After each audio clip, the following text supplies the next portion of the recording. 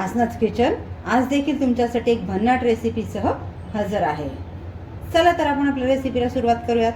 गॅसवर मी पॅन छान गरम करून घेतला आहे, त्यामध्ये घालते अर्धी वाटी तेल।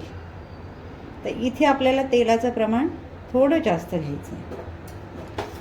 तेल आपलं छान गरम झालं की यामध्ये घालणार आहे पाव किलो स्लाइस केलेले कांदे। एवढे कांदे बघून विचारात पडलात ना, नक्की आपण बनवतो काय?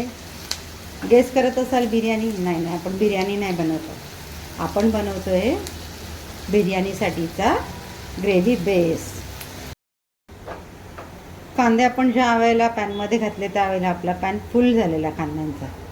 ज्या पद्धतीने आपण बिर्याणीसाठी बरिस्ता तयार करून घेतो ना, तितपत आपले कांदे आता छान तळून झालेले आहेत। कांदे मी एका बाजूला करून घेते। आता गॅसची फ्लेम इथे मी कमी केलेली आहे। यात जे तेल आहे या तेलातच आपण घालतोय आपले खडे मसाले। तर खड्या मसाल्यांमध्ये मी घेतलेला आहे दालचिनी, तमालपत्र, हिरवी वेलची, जिरं, चक्रीफूल, लवंगा आणि काळी मिरी। तर हे आपण यामध्ये घालून घेणार आहोत। तुमच्याकडे हिरवी वेलची नसेल तर तुम्ही यामध्ये एक मसाला वेलची घातली तरी देखील चालणार आहे। तर हे आपल्याला तेलात 2 मिनटं छान परतून घ्यायचं आहे। यामध्ये मी 2 तमालपत्र, 2 इंच दालचिनीचा तुकडा, 1 चक्रीफूल, 8 ते 10 काळी मिरे, 8 ते 10 लवंगा, 4 हिरवी वेलची असं घातलेलं आहे खड्या मसाल्यांमध्ये। तर हे आपलं छान परतून झालेलं आहे। गॅसची फ्लेम आपली इथे मीडियम आहे। आता यामध्ये घालते मी 2 हिरव्या मिरच्या तिखट, 2 चमचे आलं लसणाची पेस्ट,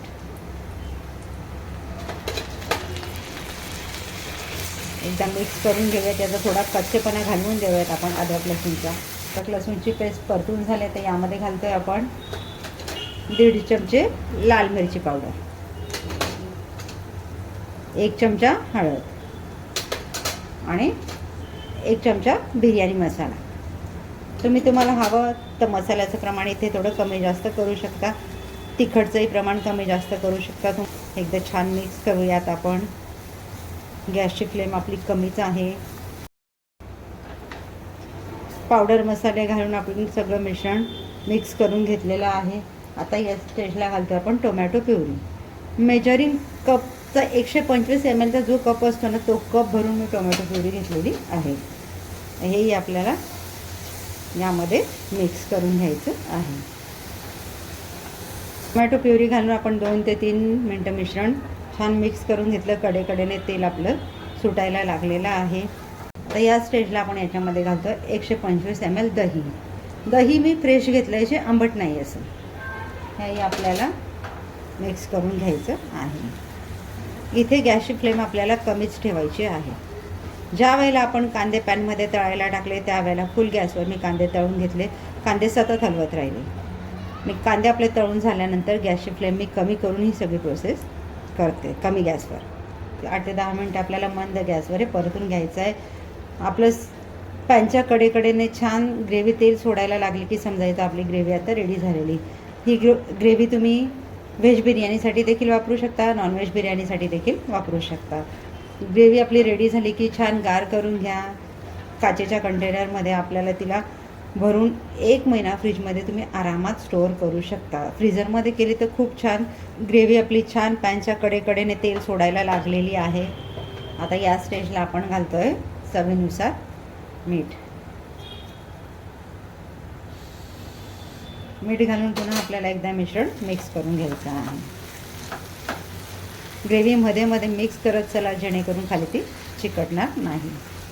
तर इथे आपण घालतोय कोथिंबीर आणि पुदिना। मी जवळपास पाऊण वाटी कोथिंबीर घातली, अर्धी वाटी पुदिना घातला आहे। 1 2 ते 3 मिनटं आपल्याला परतून घ्यायचं आहे। आपण रेसिपीत दाखवली या पद्धतीने तुम्ही ग्रेव्ही बेस बनवून बिर्याणी बनवायला चवीला अगदी अप्रतिम होते। आमच्या घरी याच पद्धतीने बनवली जाते। मी माझी पद्धत तुमच्याबरोबर शेअर केली। एकदा नक्की बनवून बघा, बिर्याणी टेस्टीच होईल आणि तुम्हाला आवडेल ही माझी खात्री आहे।